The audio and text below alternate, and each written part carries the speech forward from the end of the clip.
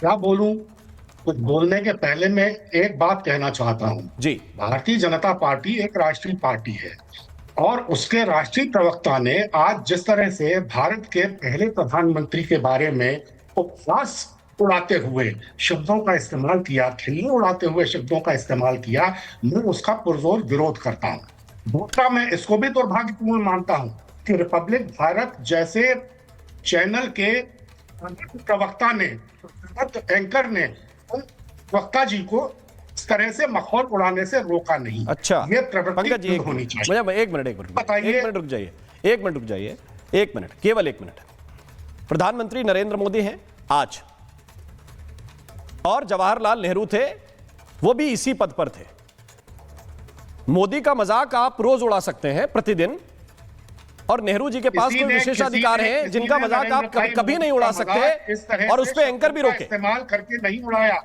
आप जरा, मैं पंकज शर्मा से सवाल नहीं पूछ रहा हूं, राष्ट्रीय प्रवक्ता की कही क्या नहीं बोला गया? एक कांग्रेस के राष्ट्रीय प्रवक्ताओं के लिए बोल रहा हूं मैं, मोदी के मजाक में क्या नहीं बोला गया? अरे आप पूरे सोशल मीडिया पे चले जाइए, कोई स्पेशल प्रिविलेज दूं क्या मैं? कोई स्पेशल प्रिविलेज दूं? उन प्रवक्ताओं से आप कहते हैं कभी, उन प्रवक्ताओं से आप कहते हैं, अभी आप आंख बंद करके केवल आईएनसी का पेज उठा लीजिए, मैं स्पेशल प्रिविलेज दूं किसी को कि ये नहीं बोलेगा, वो बोलेगा, वो बोलेगा, ये नहीं बोलेगा?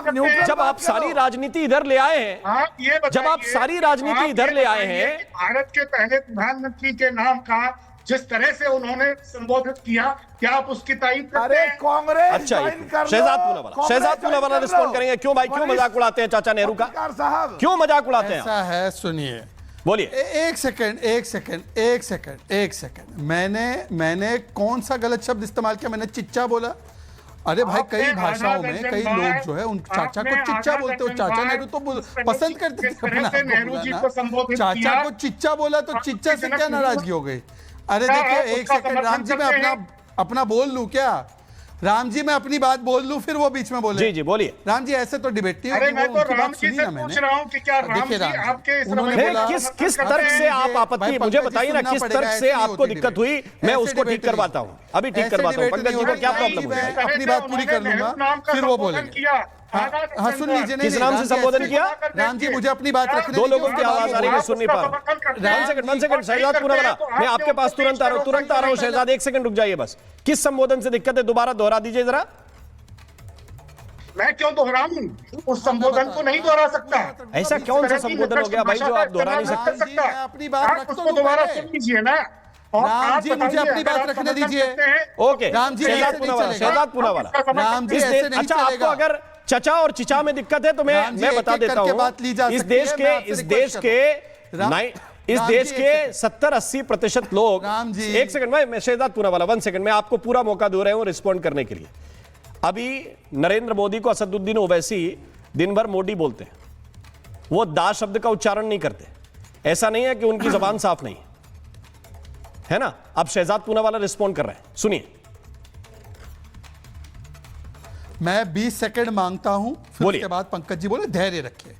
मोदी की कब्र खुदेगी, मोदी हिटलर की मौत मरेगा, मोदी की मां को गाली, मोदी के समाज को गाली, मोदी को लाठी डंडा मारेंगे राहुल गांधी, मोदी जी के समाज को गाली देने पर कन्विक्ट होने के बाद राहुल गांधी। मैंने क्या बोला? मैंने चाचा को चिच्चा बोला। भाई बताइए राम जी, कई जगहों पर चाचा को चिच्चा बोलते नहीं बोलते? मैंने कौन से अपशब्द का इस्तेमाल किया? और चिच्चा नेहरू ने सोमनाथ को रोका था कि नहीं रोका था? चिच्चा नेहरू ने अयोध्या का विरोध किया था कि नहीं किया था? चिच्चा नेहरू के जो वंशज है वो क्या विरोध नहीं करती राम मंदिर का? आप बताइए पंकज जी, चाचा को चिच्चा बोल दिया, मेरी प्रोनाउंसिएशन में चिच्चा निकला, तो चिच्चा में क्या लगा आपको? चिच्चा में क्यों बुरा लगा? आप क्या कहना चाह रहे हैं पंकज जी? मुझे क्लियर कीजिए, आपको चचा और चिचा में क्या दिक्कत है? ये प्रोनाउंसिएशन का प्रॉब्लम हो सकता है आपका।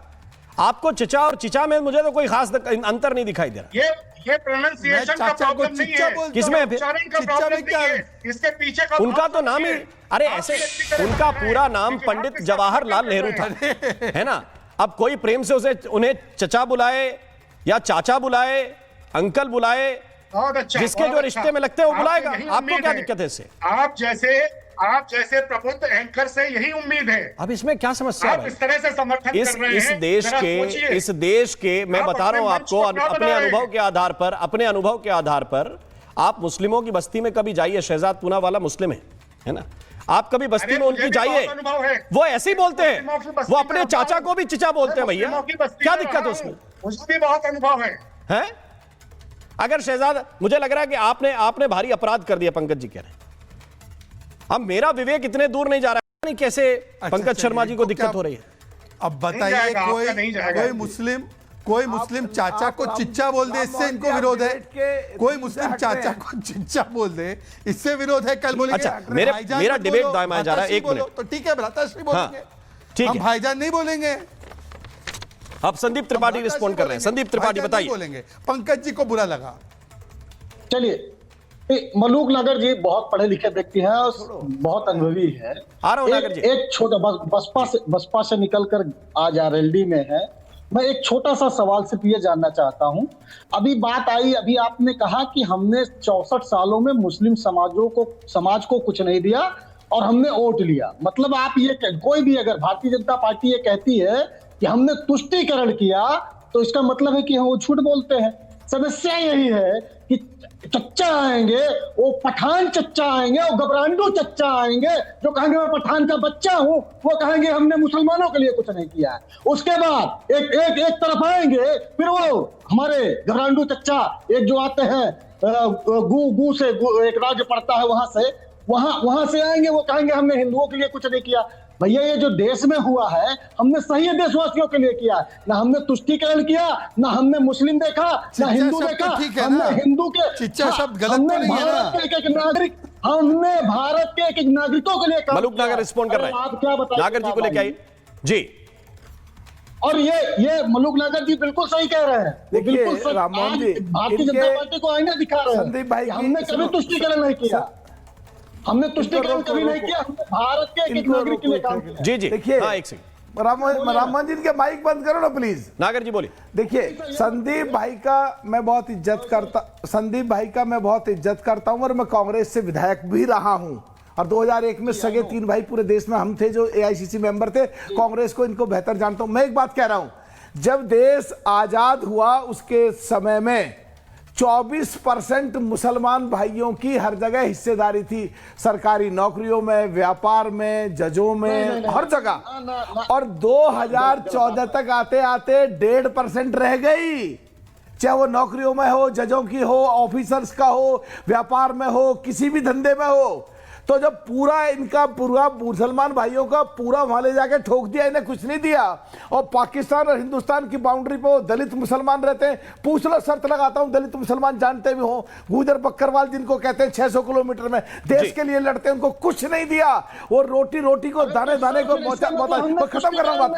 अब ये जब ऐसी स्थिति में और 2004 से और 2024 तक फिर 4.5% पे आ गए। इस देश के प्रधानमंत्री कहते हैं सबका साथ सबका विकास, और इस देश के आरएसएस के मुखिया ने भी कहा है इस देश में इस्लाम के लोगों के बगैर नहीं रहा जा सकता। तो आज इनको जमीन खिसक रही है, ओवैसी उनको अपना हक दिला रहे हैं, हम उनकी ध्यान रख रहे हैं, हम उनके हक को ध्यान रख रहे हैं, मुसलमान भाइयों को साथ लेके चल रहे हैं। ये बौखला के उसका कुछ बोलते हैं और इन्होंने वाकई शोषण करा है दलितों का, मुसलमानों का, पिछड़ों का, कुछ नहीं दिया। चौधरी चरण सिंह को धोखा दिया, कुर्सी से उतार दिया, राजेश पायलट को धोखा दिया, सचिन पायलट को धोखा दिया।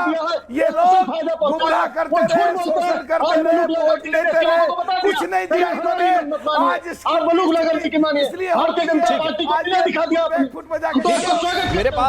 मेरे पास आज डिबेट के लिए समय इतना ही है। आप सारे लोग अभी और तर्क रखना चाहते हैं, मैं जानता हूं। बहुत बहुत शुक्रिया, बहुत बहुत धन्यवाद आप सभी मेहमानों का मेरे साथ इस चर्चा में